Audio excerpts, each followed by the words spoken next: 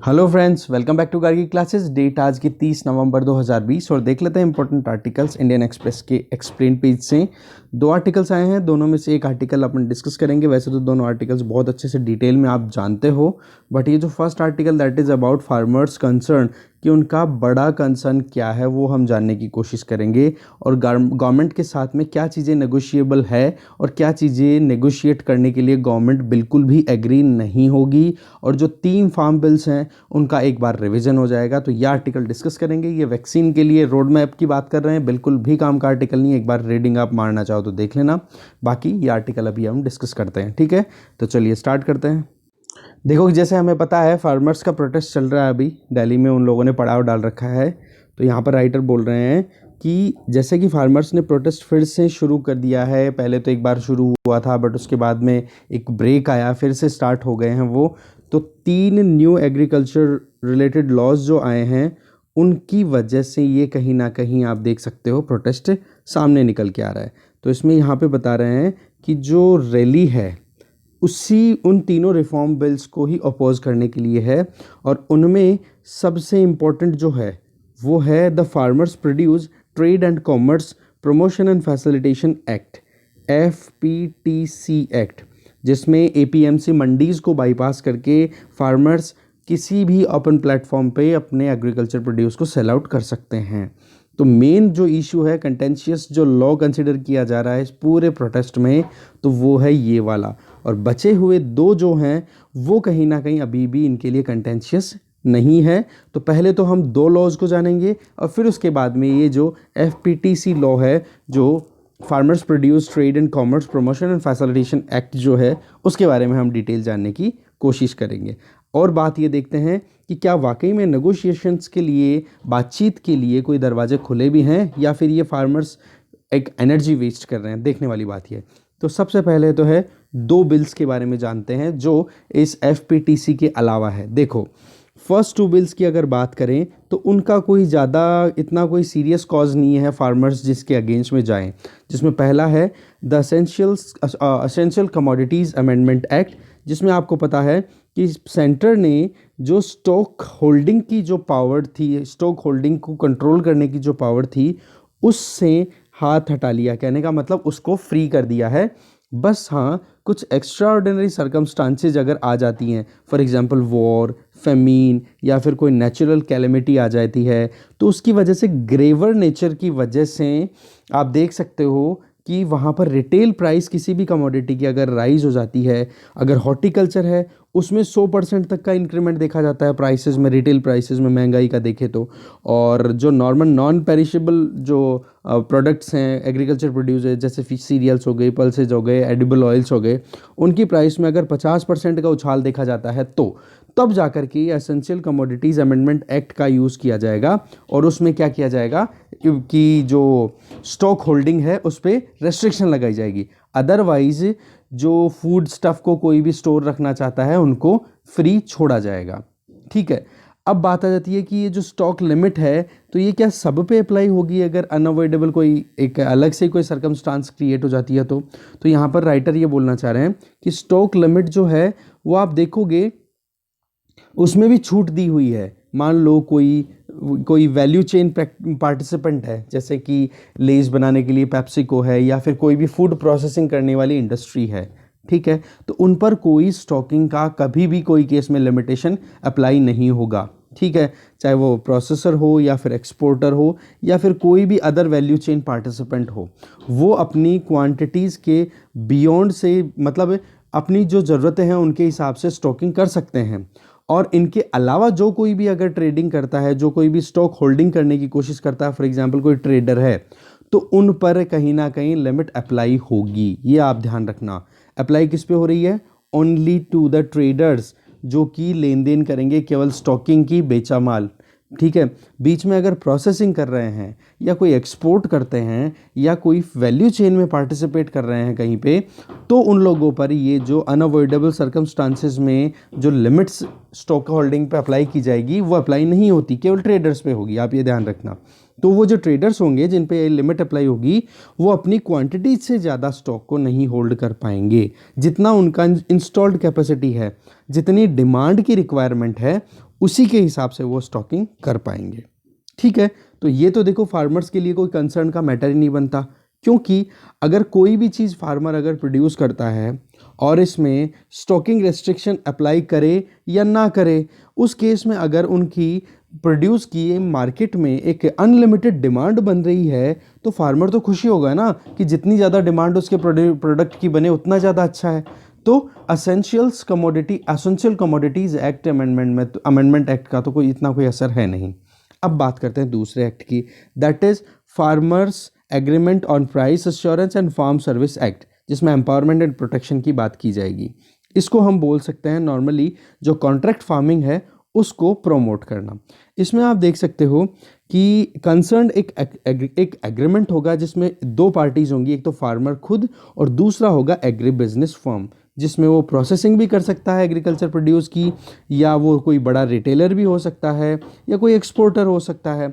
तो उसमें वो क्या होती है, उनके एक एग्रीमेंट हो जाएगा दोनों पार्टीज़ के बीच में। नंबर वन में I am repeating this thing कि फार्मर और दूसरी तरफ एग्री बिजनेस फर्म हो, उनके बीच में एग्रीमेंट हो। और एग्रीमेंट कब हो जाएगा, जब प्लांटिंग होने वाली हो उससे पहले, या फिर जो रेयरिंग सीजन होगी कटाई से पहले।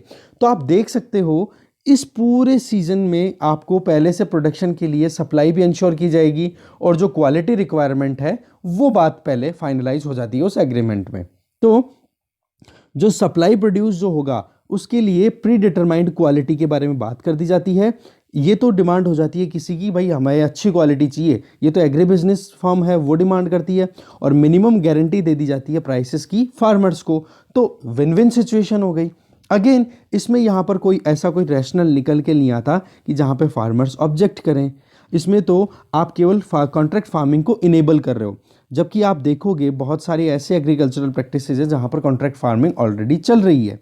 जैसे पोटैटोज़ की बात करो, पोटैटो मतलब आलू की बात करें, ठीक है, तो जो बेवरेज मेकिंग कंपनी जैसे पेप्सिको की बात करें, जो लेज या अंकल चिप्स जो प्रोड्यूस करते हैं, चिप्स वेफर जो बनाते हैं, वो आप देखोगे तो उनके साथ वो तो ऑलरेडी जो फार्मर्स हैं उनके साथ में एक एग्रीमेंट में रहते हैं। तो कॉन्ट्रैक्ट फार्मिंग तो इसमें तो ऑलरेडी पहले से चल रही है और उनको एक क्वालिटी बता दी जाती है कि भाई आपको इस तरीके का पोटैटो बनाना है, इस क्वालिटी जैसे आएगा, और उनको डिज़ायर्ड जो मिनिमम स्टैंडर्ड की जो डिज़ायर रहती है कि हाँ इस क्वालिटी का पोटैटो इस साइज़ का होना चाहिए, उसमें शुगर लेवल इतना होना चाहिए, तो उन चीज़ों के लिए वो क्या करते हैं एग्रीमेंट में पहले लिख देते हैं। दूसरा आप देखोगे कि उन्होंने जो ये एग्री बिजनेस फर्म्स होती हैं वो इनपुट भी तो सप्लाई करते हैं ना, कि भाई आपकी ये लैंड है, हम आपसे चाहते हैं कि आप यहाँ से हमें लगभग, मैं छोटा एग्जांपल दे रहा हूँ, मान लो कि 500 केजी हमें आलू चाहिए होंगे आपसे, ठीक है, तो आप कुछ क्या बोलेंगे कि भाई ये तो लो सीड्स अच्छी क्वालिटी के हैं, और या अगर आपके खेत में पानी की कमी है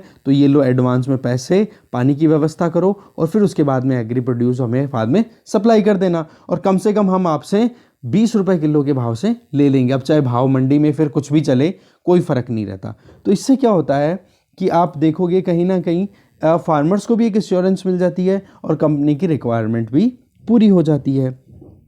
अब बात आ जाती है कि कॉन्ट्रैक्ट कल्टीवेशन जो होता है, तो आप देखते हो ये कोई प्रेशर में नहीं है, वॉलंटरी बेसिस पे है। लार्ज फर्म्स की बात करो या फिर फार्मर देखो, वो अपनी खुशी खुशी वो एग्रीमेंट को साइन करते हैं, ठीक है। दूसरा आप अगर देखोगे तो ट्रेडिंग जो होती है, जिन भी कॉन्ट्रैक्टिंग मतलब कॉन्ट्रैक्ट फार्मिंग में जो भी क्रॉप्स आती है, उनकी मेजर ट्रेडिंग जो होती है वो एपीएमसी मंडीज़ के बाहर होती है, agriculture produce market committee mandis के बाहर की तरफ होती है। कहने का मतलब हार्डली वहाँ पर डोमेस्टिक मार्केट में उसका कोई लेन देन होता है। जैसे यहाँ पर एग्जांपल दें, हाई ड्राई मैटर की बात करो या लो शुगर कंटेंट पोटैटो की बात करो, वो स्पेसिफाई कर देती है ना कंपनीज, तब उसके बाद में उसका कोई नॉर्मल जो किचन में काम आने वाला आलू है उससे उसका कोई मैचिंग नहीं होता, बहुत डिफरेंट होता है वो आलू, ठीक है। तो इस तरीके से शुगर मिल्स भी अगर प्रोड्यूस कर रही हैं कुछ, या डेयरी प्लांट में कुछ काम हो रहा है, तो वो भी तो कॉन्ट्रैक्ट फार्मिंग का एग्जांपल ही है ना। जब एक फार्मर अपने यहाँ पर लाइव स्टॉक हर्डिंग कर रहा है या फिर कहो शुगर केन प्लांटेशन कर रहा है, तो वो भी तो मंडीज़ में थोड़े ना सेल आउट करता है उसको, वो तो सीधा का सीधा जो भी फर्म्स हैं उनको बेचता है। जैसे अगर बात करो मदर डेयरी हो गई या फिर आप बात करो अमूल डेयरी हो गई, तो सीधा उनको अपने मिल्क को उन मंडीज़ को भी सेल आउट करते हैं, तो वो भी तो एक तरीके की कॉन्ट्रैक्ट फार्मिंग है ना। तो ये भी अपने आप में आप देखोगे एक वेलकम स्टेप है कि फार्मर्स को उनकी खुद की चीज़ें मतलब उनकी प्रोडक्शन से पहले ही उनकी सेल आउट होकर रहती हैं, तो वो तो एश्योरेंस देती हैं। तो इस तरीके से दो एक्ट्स जो हैं, एसेंशियल कमोडिटीज़ एक्ट और एक कॉन्ट्रैक्ट फार्मिंग वाला जो एक्ट है, ये तो देखो कहीं ना कहीं कंटेंशियस इशू बन के नहीं आ रहे हैं। अब बात आ जाती है कंटेंशन है कहाँ पर, कॉन्फ्लिक्ट कहाँ पर आ रहा है, वो है केवल एक लॉ, FPTC एक्ट। इसमें अगर आप देखें तो this is the bone of contention, ये ही झगड़े की मेन कोर है। इसमें आप देख सकते हो कि परमिट किया जा रहा है फार्मर्स को कि भाई आप अपने फार्म प्रोड्यूस को outside the premises of APMC mandis, मान लो APMC मंडी की बाउंड्री है तो इसके बाहर भी वो कहीं पर भी किसी को सेल आउट कर सकते हैं, इंक्लूडिंग इलेक्ट्रॉनिक प्लेटफॉर्म, जहां पर उनको ना तो कोई मार्केट फ़ी देनी पड़ेगी, ना कोई सेस लगेगा, ना उनके ऊपर कोई अदर टैक्सेस या चार्जेस लगने वाले हैं। तो इस तरीके से आप देखोगे APMC मंडीज़ का मेन जो रेगुलेशन करता है वो स्टेट गवर्नमेंट करती है, या फिर दूसरे स्टेट लॉज वहाँ पर अप्लाई होते हैं तो वो अप्लाई नहीं होंगे। अब फार्मर्स के पास में पूरी फ्रीडम है कि वो अपने प्रोड्यूस को जहाँ उनको ठीक लगे वहाँ पे वो बेच सकते हैं। अब बात आ जाती है कि क्या सेंटर के पास में इस इशू पर कानून बनाने का राइट है, तो यहाँ पर ये इंपॉर्टेंट सेगमेंट है, that is came from constitution. Article 246 में हमारे कॉन्स्टिट्यूशन में एग्रीकल्चर की अगर बात करें तो उसको एंट्री 14 के अंडर में तो स्टेट लिस्ट में पुट किया गया है। दूसरा, अगर मार्केट एंड फेयर्स की अगर बात की जाए, एंट्री 28 की, एग्रीकल्चर पे ही बात कर रहे हैं, मार्केट्स एंड फेयर्स, वो रखी गई है स्टेट लिस्ट में। तो स्टेट लिस्ट में तो एंट्री कितनी, 14-28 लिख लो आप इनको। फिर बात आ जाती है एंट्री 42 एंट्री के अकॉर्डिंग अगर यूनियन लिस्ट में देखें तो सेंटर को एम्पावरमेंट मिलता है कि inter state trade and commerce को रेगुलेट कर सकता है सेंटर अपने हिसाब से। इंटर स्टेट, ध्यान रखना, इंटर स्टेट का मतलब एक स्टेट से दूसरा, मान लो यूपी से हरियाणा के बीच में ट्रेड हो रहा है तो उसकी मार्केटिंग में कहीं ना कहीं सेंटर का से आ जाता है। फिर बात आ जाती है कि अगर स्टेट के अंदर कोई ट्रेडिंग करना चाह रहा है फार्मिंग प्रोड्यूस से तो वो हो जाती है एंट्री 26 ऑफ स्टेट लिस्ट। तो स्टेट लिस्ट के हमारे पास में 3 एंट्रीज यहाँ पर आ जाती है, एंट्री 14, एंट्री 26, एंट्री 28। इन तीनों में तो अपर हैंड आ गया स्टेट का। फिर एंट्री 42 के बेसिस में हमने देखा, जिसमें हमने क्या देखा कि सेंटर को कहीं ना कहीं इंटर स्टेट ट्रेड कॉमर्स को रेगुलेट करने का पावर है। बट एंट्री 33 है वो कहीं ना कहीं आपकी कॉन्करेंट लिस्ट ही, एंट्री 33 की बात कर रहा हूं मैं, वो कहीं ना कहीं सेंटर को एक अपर हैंड दे देती है कि कोई भी प्रिवेलिंग लॉ है जो कि स्टेट ने एनेक्ट किए हैं उनको ओवर रूल कर सकता है सेंटर। अब एंट्री 33 क्या है वो देखें तो एंट्री 33 में बिल्कुल लिखा हुआ ये है कि फूड स्टफ, जिसमें चाहे एडिबल ऑयल्स आए या फिर ऑयल आए या फिर फॉडर, कॉटन, ये कोई भी आए, इन फूड स्टफ की अगर बात करो तो सेंटर अपने हिसाब से कोई भी कानून बना सकता है और इंटर स्टेट ट्रेड में या इंट्रा स्टेट ट्रेड में कोई भी इम्पेडिमेंट आए, कोई भी रुकावट आए, उसको हटा सकता है। तो इस तरीके से इसी प्रोविज़न को यूज़ किया है सेंटर ने और APMC एक्ट में अमेंडमेंट किया है और FPTC एक्ट में एग्जैक्टली ये ही फाइनलाइज किया गया है कि APMC मंडीज जो हैं वो कहीं ना कहीं फार्मर्स को उनका हक मिलने में रोड़ा क्रिएट करती हैं। तो इस तरीके से अब बात ही आ जाती है कि अगर ये प्रोविज़न कॉन्स्टिट्यूशनल प्रोविजंस के बेसिस पर सेंटर ने बनाया है तो फिर ये ऑब्जेक्शन किस बात का। ठीक है, वैसे तो हमने नॉन कन्वेंशनल या कन्वेंशनल इश्यूज़ को तो हमने देख लिया, अब कॉन्स्टिट्यूशनल प्रोविज़न की बात कर रहे हैं अभी, क्योंकि ऑपोजिशन से डिस्कशन नहीं हुआ, फार्मर्स को रिप्रेजेंट करने वाले जो ग्रुप्स थे उनका कॉन्फिडेंस नहीं लिया गया, ब्ला ब्ला, बहुत सारी चीज़ें ऑलरेडी हमारे पास में थी। बट अभी हम ध्यान देंगे कि एक्सपर्ट क्या डिस्टिंक्शन पे ज़्यादा फोकस कर रहे हैं। यहाँ पर बोल रहे हैं, बोले मार्केटिंग और ट्रेड, ये दो अपने आप में बहुत इंपॉर्टेंट पॉइंट्स हैं, इन पे हमें ध्यान देने की ज़रूरत है। अगर एग्रीकल्चर पर से, मतलब एग्रीकल्चर की पर्टिकुलर बात की जाए तो आप देखोगे एग्रीकल्चर का मतलब फार्मर डेली बेसिस पे क्या काम करता है वो ही एग्रीकल्चरल प्रैक्टिस आ जाती है। चाहे वो फील्ड की प्रिपरेशन करने से बात हो, चाहे उसकी बुआई से संबंधित हो या हार्वेस्ट करने से संबंधित हो। इवन जो प्राइमरी सेलिंग होती है, मान लो खेत से कटाई हुई और उसको ले जाकर के मंडी में सेल आउट कर रहा है एक फार्मर, तो वो भी फार्मिंग में ही कंसिडर होती है। कहने का मतलब प्राइमरी सेल, इसको भी एग्रीकल्चरल प्रैक्टिस का ही हिस्सा माना गया है। मतलब आप देखोगे कि फर्स्ट स्टैंड पे जो मार्केट किया जा रहा है फार्मर के द्वारा, उसमें आप ट्रेड टर्म यूज़ नहीं कर सकते। ये चीज़ जब आ जाती है तो हमें थोड़ा सा इंटरप्रिटेशन पे जाना पड़ेगा कि भाई फार्मर जब अपने प्रोड्यूस को ले जाता है, पहली बार जब मंडी में बेचता है, उसको एग्रीकल्चर की टर्मिनोलॉजी के अंडर ही आप, उस अम्ब्रेला टर्म के अंदर ही आप कंसिडर कर रहे हो, तब हमें थोड़ा और जानने की ज़रूरत है। क्योंकि सेंटर है, सेंटर जो राइट टू, सेंटर का जो अधिकार है कानून बनाने का कि barrier free trade of farm produce को अलाउ करे, मतलब जितने भी इम्पेडिमेंट्स हैं, जितने भी रुकावटें हैं, उन रुकावटों को हटाया जाए और फार्म प्रोड्यूस के ट्रेड को प्रमोट किया जाए, चाहे वो इंटर स्टेट हो या फिर इंट्रा स्टेट हो। तो इस तरीके से उन्होंने अपने हिसाब से स्टॉक होल्डिंग या एक्सपोर्ट रेस्ट्रिक्शन ये अप्लाई करना सेंटर ने अपने हिसाब से यूज़ करती रही सेंटर। पर इससे आप देखोगे ये ट्रेड या स्टॉक होल्डिंग को या एक्सपोर्ट को सेंटर तब कंट्रोल कर सकता है जब एक बार फार्मर अपने प्रोड्यूस को सेल आउट कर चुका हो। ये ध्यान देने वाली ये बात है। कहने का मतलब फार्मर ने मंडी में या कहीं पर भी बेच दिया, उसके बाद में सेंटर का रोल आता है। फार्मर जब तक इन्वॉल्व है तब तक सेंटर का रोल नहीं है। ये केवल स्टेट की रिस्पॉन्सिबिलिटी है मार्केटिंग को प्रमोट करना, समझ गए, ना कि सेंटर की। ये ही एक पॉइंट है। दूसरा, महाराष्ट्र के फार्मर्स ने भी, ऑनियन ग्रोवर जो हैं, उन्होंने भी अभी रिसेंटली बहुत ज़्यादा अपोज किया था सेंटर के एक कदम को, जिसमें आपको पता है कि अभी रिसेंटली ऑनियन के प्राइसेस बहुत ज़्यादा बढ़ गए थे बिहार इलेक्शंस के टाइम पे।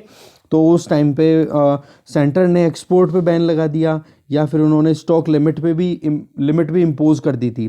तब जाकर के फार्मर्स ने, वहाँ के फार्मर्स ने कहा कि आप ये चीज़ कैसे कर सकते हो, बट हमने ये चीज़ देख ली ऑलरेडी। तो कहने का मतलब यहाँ पर पॉइंट क्या आता है, रिटेल प्राइस को देख करके एसेंशियल कमोडिटीज़ एक्ट को तो उन्होंने अपने हिसाब से कर दिया, बट अभी जो पंजाब और हरियाणा की जो मेन ऑब्जेक्शन का वजह है ना, पंजाब और हरियाणा के किसानों का, उसकी वजह एक ही है कि ये जो सेंट्रल गवर्नमेंट का प्रोविज़न है एफपीटीसी एक्ट के अंडर में, ये कहीं ना कहीं एपीएमसी मंडीज़ की मोनोपोली को डिसमेंटल करने की कोशिश की जा रही है। इससे क्या है, एक फार्मर को फ्रीडम मिल रही है, तो उसमें क्या है कि उनको एपीएमसी मंडीज़ के चैनल के थ्रू नहीं जाना पड़ेगा। एक तो कंसर्न देखो ये है कि एपीएमसी मंडीज़ में जो मोनोपोली चलती है, आड़तियों का जो खेल है, वो कहीं ना कहीं ख़त्म करने के लिए सेंट्रल गवर्नमेंट ने शुरुआत की, और वो ही कहीं ना कहीं ऑब्जेक्शन का कारण बन रहा है। फिर बात आ जाती है कि कारण इसमें और देखें तो गवर्नमेंट कुछ भी प्रोक्योर करती है, फॉर एग्जांपल पैडी हो गई, चावल जिसको बोलते हैं, वीट हो गई, पल्सेज हो गई, कॉटन, ग्राउंड एंड मस्टर्ड, ये सारी की सारी गवर्नमेंट जब खुद के लिए प्रोक्योर करती है, खुद के लिए का मतलब जो गरीबों का कल्याण करना है, या फिर जो आपके फूड सिक्योरिटी एक्ट है या एफसीआई के थ्रू जो भी हम इम्प्लीमेंट कराना चाहते हैं, उन चीज़ों को अगर हमें प्रॉपरली इम्प्लीमेंट करना है तो गवर्नमेंट क्या करती है, मिनिमम सपोर्ट प्राइस पे प्रोक्योर करती है वो सारा का सारा। अब ये प्रोक्योरमेंट सारा कहाँ पर होता है, एपीएमसी मंडीज़ में। अब यहाँ पर फार्मर्स का कंसर्न ये है कि एपीएमसी मंडीज़ को गवर्नमेंट ने बाईपास कर दिया, तो गवर्नमेंट का अल्टीमेट टारगेट है कि एमएसपी को कहीं ना कहीं स्क्रैप किया जाएगा। क्योंकि आप देखोगे एपीएमसी मंडीज़ में तो अगर चलती रहती हैं, और एपीएमसी मंडीज़ में आकर ही मान लो गेहूं, चावल, दालें ये अगर बिकती हैं, तो सरकार को एमएसपी देनी ही पड़ती है, क्योंकि वहाँ पर एक सराउंडिंग है और वहाँ पर वहाँ के जो नॉर्म्स है, रूल्स एंड रेगुलेशंस हैं, उनको सेंटर को फॉलो करना पड़ेगा, गवर्नमेंट को फॉलो करना पड़ेगा। बट इस केस में क्या हो गया, एपीएमसी मंडीज़ को बाईपास कर दिया, तो सेंटर गवर्नमेंट के या गवर्नमेंट्स के ऊपर जो ऑब्लिगेशन है उससे वो दूर जाती हुई दिखाई दे रही हैं। तो यहाँ पर आप देख रहे हो फार्मर को एक फ्रीडम दे दी कि भाई आप प्राइवेट सेक्टर के लोगों से भी डील सीधा कर सकते हो। तो यहाँ पर फार्मर्स जो हैं वो कंसर्न्ड है कि भाई ये तो जो एपीएमसी मंडी है उसको तो बीएसएनएल की तरह ट्रीट कर रहे हो, और बाहर से आपने जियो जैसी कंपनीज को अलाउ कर दिया है, तो ये तो एक केस बीएसएनएल वर्सेस जियो हो गया। तो इसमें तो बीएसएनएल की डिफीट होनी दिख ही रही है। तो एक ये सबसे इंपॉर्टेंट बात आ जाती है। दूसरा, गवर्नमेंट के ऊपर जो खरीदने की जो एक तरीके से आप कह सकते हो ना कि एमएसपी तो एटलीस्ट मिल ही जाएगी फार्मर्स को, तो गवर्नमेंट उससे भी कहीं ना कहीं आपका एक रिलैक्सेशन लेना चाहती है कि चलो मैं क्यों, मतलब आप ज़्यादा लोड क्यों लिया जाए। ठीक है, तो ये कंसर्न आ रहे हैं फार्मर्स के। अब बात आ जाती है नेगोशिएशन कहाँ हो सकती है। देखो जो प्रोटेस्टिंग फार्मर यूनियंस है ना, उनके लीडर्स बैठे हैं, अगर वो बैठते हैं नेगोशिएशन टेबल पे, तो देखो गवर्नमेंट कोशिश ये करेगी, चांसेस भी बन रहे हैं कि कुछ मतलब आइडियाज़ हैं, उनके डिमांड्स हैं, उनको ड्रॉप भी कर सकती है, और कुछ चीज़ें मतलब ड्रॉप कौन सी कि ये कहे कि भाई तीनों के तीनों बिल्स को आप रिपील करो, तो ये तो बिल्कुल भी पॉसिबल नहीं होने वाला है, ठीक है। क्योंकि ये जो प्रॉब्लम है ये केवल और केवल एक बिल से है, एफपीटीसी, इसी के प्रोविजन से रिलेटेड कहीं ना कहीं काम किया जा सकता है, जिसमें एपीएमसी मंडीज़ को वीक किया जा रहा है, ठीक है। इसके अलावा डिस्क्वाइट दूसरे और चीज़ों से लेकर भी है कि एपीएमसी मंडीज़ के लिए जो एफपीटीसी एक्ट आया है, इसमें डिस्प्यूट रेजोल्यूशन मैकेनिज्म जो है वो कहीं ना कहीं आप देखोगे मंडी के बाहर होने वाले ट्रांजैक्शंस के लिए इनएडिक्वेट कंसीडर कर रहे हैं फार्मर्स, कि भाई अगर मंडी से बाहर कोई ख़रीदारी करता है हमारे प्रोड्यूस को और हम बेचते हैं, और उसमें अगर उस ख़रीदार से हमारे कोई डिस्प्यूट हो रहे हैं, तो गवर्नमेंट का रोल यहाँ पर एक कहने का मतलब फैसिलिटेटर की तरह भी नहीं है प्रॉपर। क्योंकि इस एक्ट में क्या बताया गया है कि इस तरीके से अगर कोई डिस्प्यूट आता है खरीदने वाले की और बेचने वाला कौन, फार्मर, ठीक है, इनके बीच में कोई डिस्प्यूट आता है, तो वो सब डिविजनल मजिस्ट्रेट या डिस्ट्रिक्ट कलेक्टर के पास में जाकर के अपने मैटर को सॉल्व करा सकते हैं। बट जो फार्मर्स हैं वो ये कह रहे हैं कि भाई ये कोई सब डिविजनल मजिस्ट्रेट और डिस्ट्रिक्ट कलेक्टर कोई इंडिपेंडेंट कोर्ट थोड़े ना है जो कि जस्टिस डिलीवर कर सकते हैं। ये तो एक तरीके से जो गारंटी मिलनी चाहिए फार्मर्स को, उस गारंटी से हाथ धोना हो गया। ये कंसर्न्स आ रहे हैं यहाँ पे घूम घूम के। तो एक डर जो है फार्मर्स के मन में वो, और छोटे फार्मर्स के मन में कुछ ऐसा कि खरीदेगा कौन। गवर्नमेंट का स्टैंड पॉइंट है कि भाई इस तरीके से जो एलिफेंट इन द रूम, कहने का मतलब ऐसे डिफ़िकल्ट सिचुएशन है जिसके बारे में कोई बात नहीं करना चाहता, ठीक है, वो ये कि फार्मर्स को इंसिस्ट करना अपने आप में, गवर्नमेंट ये कोशिश करेगी फार्मर्स को इंसिस्ट करना कि कैसे भी करके नेगोशिएशन किए जाएं, और एडिशनल उनकी डिमांड होगी तो उन पे बातचीत एक बार हो सके। अब एडिशनल डिमांड अगर होती है तो उसमें भी अगर एमएसपी की बात आ जाती है कि भाई लीगल राइट बनाओ इसको, तो अब भी यहाँ पर एक चीज़ बड़ी क्लियर है कि एमएसपी को legal right banana is almost impossible. ये इम्पॉसिबल होगा चाहे तीनों फार्म बिल्स को एक बार होल्ड पे करें। यहाँ पर बात हो रही थी रिपील की, ध्यान रखना ये होल्ड की बात है, चाहे 1-2 महीने होल्ड पे रख लेगी गवर्नमेंट, पर एमएसपी को लीगल राइट बना देगी तो बहुत मुश्किलों का सामना करना पड़ जाएगा, ठीक है।